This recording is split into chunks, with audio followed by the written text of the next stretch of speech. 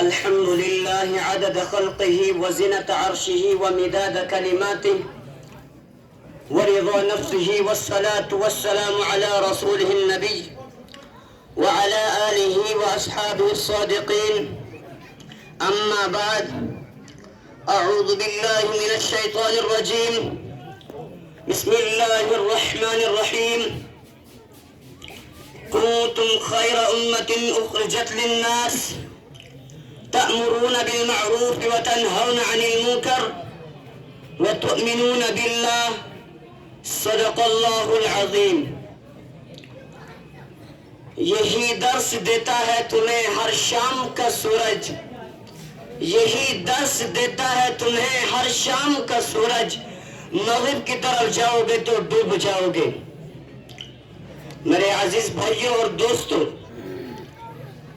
تخلیق انسان کے بعد ہر دور میں اللہ تعالیٰ نے کسی نہ کسی انسان کو مصلح، قائد، نبی اور رسول بنا کر بھیجا تاکہ وہ لوگوں کو ایک خدا تعالیٰ کی دعوت دے، لوگوں کو خدا تعالیٰ کے احکام سے آگاہ کرے، تمام انسانوں کو مرضیات الہی سے آشنا کرائیں اور اپنی امت، اپنی قوم کو برائی سے روکے اور نیکی کا حکم دے، زناکاری و بدکاری سے روکے اور عفت و پاک دامنی کا حکم دے، شراب نوشی سے روکے اور شرابن طہورا کی دعوت دے، حرام روزی سے روکے اور رزق حلال کی دعوت دے، کذب بیانی سے روکے اور صدق بیانی کی ترغیب دے، شر و فساد سے روکے اور عدل و انصاف کا ماحول قائم کرے، غیر اللہ کی پرستش سے روکے اور ایک خدا کو پوجنے کی دعوت دے،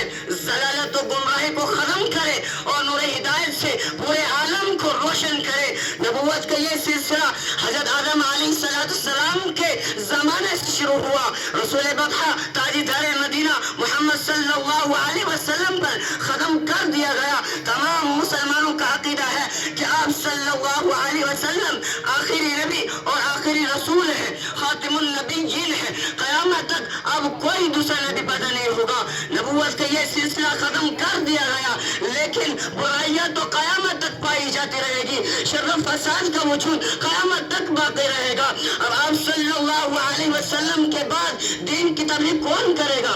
ہدایت کی دعوت کون دے گا؟ لوگوں کو صداقت و امانت، عدل و انصاف کی تعلیم کون دے گا؟ خدا تعالیٰ سے کون ڈرے گا؟ جنت اور جہنم کے راستے کون دکھائے گا؟ اللہ تعالیٰ نے اس کا بھی انتظام کر دیا اور فرمایا کنتم خیر امۃ اخرجت للناس تأمرون بالمعروف وتنہون عن المنکر وتؤمنون باللہ.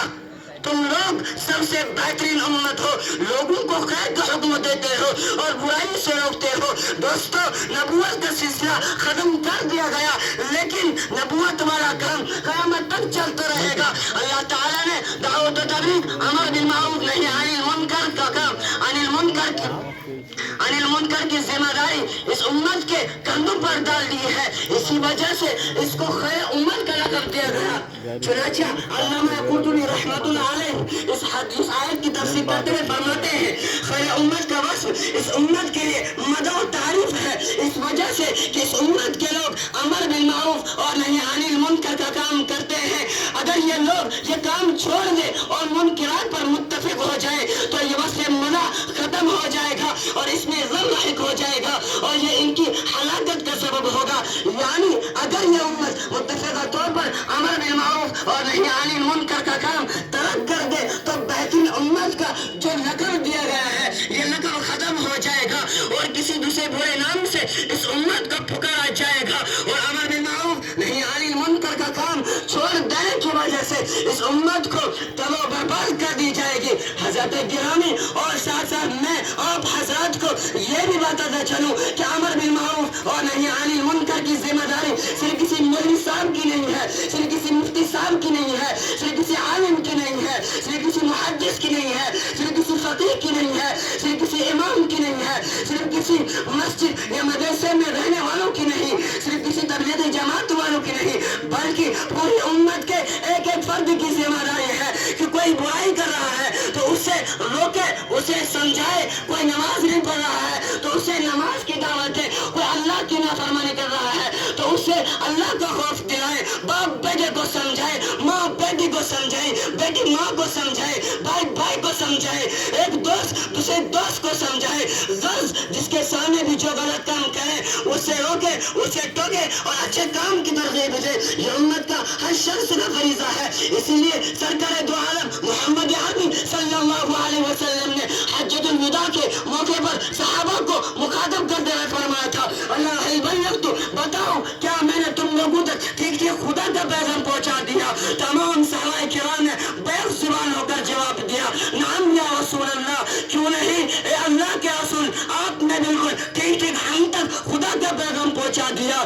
اس کے بعد آپ صلی اللہ علیہ وسلم نے فرمایا، فَلْيُبَلِّغُ الشَّاهِدُ الْغَائِبَ، یہاں جو لوگ موجود ہیں وہ ان لوگوں تک میرا فرمان پہنچا دیں جو یہاں نہیں ہے، جو کسی دوسرے ملک یا کسی دوسرے شہر کے رہنے والے ہیں یا جو آئندہ آنے والی نسلیں ہیں ان تک میرا پیغام پہنچا دینا، اس لیے کہ اب میرے بعد کوئی نبی آنے والا نہیں ہے۔ اور حضرت ابو سعید خدری رضی اللہ عنہ سے روایت ہے کہ رسول اللہ صلی اللہ علیہ وسلم نے ارشاد فرمایا، من رأى منكم منكرا فليغيره بيده فإن لم يستطع فبلسانه فإن لم يستطع فبقلبه وذلك ضعف الإيمان۔ تم میں سے جو بھی کوئی برائی ہو تو اسے چاہیے اس کو ہاتھ سے روکے، اور اگر اس کی بھی طاقت نہ ہو تو زبان سے روکے، اور اگر اس کی بھی طاقت نہ ہو تو چاہیے کہ دل سے اس کا برا سمجھے۔ اور یہ ایمان کا سب سے ادنا درجہ ہے۔ شرح مشکات مولا علی قاری رحمت اللہ علیہ اس حدیث کی وضاحت کرتے ہوئے لکھتے ہیں، فَلْيُغَيِّرْهُ بِيَدِهِ أي بأن يمنعه بالفعل بأن يكسر الآلات ويملك الخمر ويد المغصوب إلى مالكه۔ ہاتھ سے منکرات کو روکنے کا مطلب یہ ہے کہ اگر آپ کا لڑکا، آپ کے ماتحت رہنے والا کوئی انسان ٹی وی دیکھ رہا ہے، ریڈیو سے گانا سن رہا ہے تو ٹی وی اور ریڈیو اٹھا کر پٹک ڈالے، اسے توڑ ڈالے۔ اگر وہ شراب پی رہا ہے تو آپ شراب کو زمین میں بہا ڈالے، اور اگر وہ کسی کا مال چوری کرے، کسی کا مال چھینے تو اس کے مالک مال مقصود کو لوٹا دیجیے۔ غرض اگر آپ کے سامنے اگر آپ کسی ایسے برائی کو دیکھیں جس پر آپ کا قابو ہے، جس پر آپ کا کنٹرول ہے، تو آپ پر فرض ہے کہ آپ اس کو ہاتھ سے روکیں، اور اگر آپ کا کنٹرول نہیں تو اسے زبان سے کہیں، اور اگر زبان سے بھی کہنے کی طاقت نہ ہو اور زبان سے کہنے میں شر و فساد کا اندیشہ ہو تو اس سے چاہیے کہ اس کو دل سے برا سمجھے۔ یہ نہیں کہ اگر کوئی گانا گا رہا ہے تو آپ ان کے ساتھ مل کر تالی بجائیں، اگر کہیں ناچ قوالی کی محفل ہے تو اس کی محفل میں آپ شرکت کریں۔ میرے عزیز بھائیوں اور دوستوں، ذرا سوچو تو صحیح، آج ہمارے علاقے میں، ہمارے گاؤں میں، ہمارے شہروں میں اور ہمارے پڑوسی میں اور خود ہمارے گھروں میں کتنی برائیاں ہوتی ہیں، خدا کے کتنے احکامات توڑے جاتے ہیں، اعلان اللہ اور اس کے رسول صلی اللہ علیہ وسلم کی نافرمانی کی جاتی ہے۔ لیکن کیا ان برائیوں کو دیکھ کر آج تک کبھی ہماری پیشانی پر شکنجت آئی؟ روکنا اور ٹوکنا تو دور کی بات ہے، کیا ان کے ساتھ ہمارے تعلقات میں کوئی فرق آیا؟ آپ کے لڑکے بے نمازی، آپ کی بیوی بے نمازی، آپ کے گھر والے بے نمازی، لیکن بتاؤ آپ نے نماز کے اوپر کوئی ایکشن لیا؟ نہیں، اور ہرگز نہیں۔ چاہیے خدا کا حکم ٹوٹ جائے، بیٹے سے محبت برقرار رہے، چاہیے خدا کا حکم ٹوٹ جائے، بیوی سے محبت برقرار رہے، چاہیے قرآن کا قانون ٹوٹ جائے، دوستوں سے دوستی برقرار رہے۔ ہائے کتنی دکھ اور افسوس کی بات ہے، ہمارے سامنے کوئی برائی ہو اور ہماری زبان میں جنبش تک نہ آئے، ہمارے سامنے رسول صلی اللہ علیہ وسلم کی نافرمانی ہو اور ہمارے بدن میں کپکپاہٹ طاری نہ ہو، اور ہمارے سامنے رسول صلی اللہ علیہ وسلم پر کوئی بدزبانی کرے اور ہمارے خون میں جوش پیدا نہ ہو، ہمارے سامنے کوئی اللہ کی نافرمانی کرے اور ہمارے خون میں جوش پیدا اور ہمارے سامنے ہماری زبان میں کوئی حرکت نہ ہو۔ اس لیے آئیے آج سے ہم لوگ سچا وعدہ کریں اور یہ عہد کریں کہ ہر حال ہم دین کی دعوت دیں گے، اسلام کی تبلیغ کریں گے، لوگوں کو مسجد کی طرف بلائیں گے، مسجدوں کو آباد کریں گے۔ تو ٹائم کی قلت کی وجہ سے میں اپنی تقریر یہیں پر اس اشعار کے ساتھ ختم کرنا چاہتا ہوں۔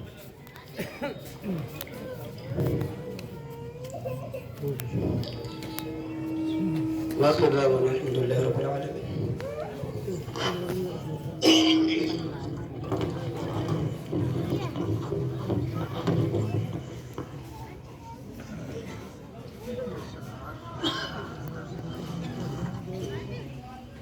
یہ طالب علم تھے اسلام کی تبلیغ اور ہمارا مشن، ہماری کیا ذمہ داری ہے بحیثیت کلمہ گو، وہ یہ بیان کر رہے۔ چونکہ میں اس پہ تبصرہ کروں پھر وقت جائے گا، بہت پہلے قلت ہے وقت کی، کافی تعداد میں علماء کرام موجود ہیں،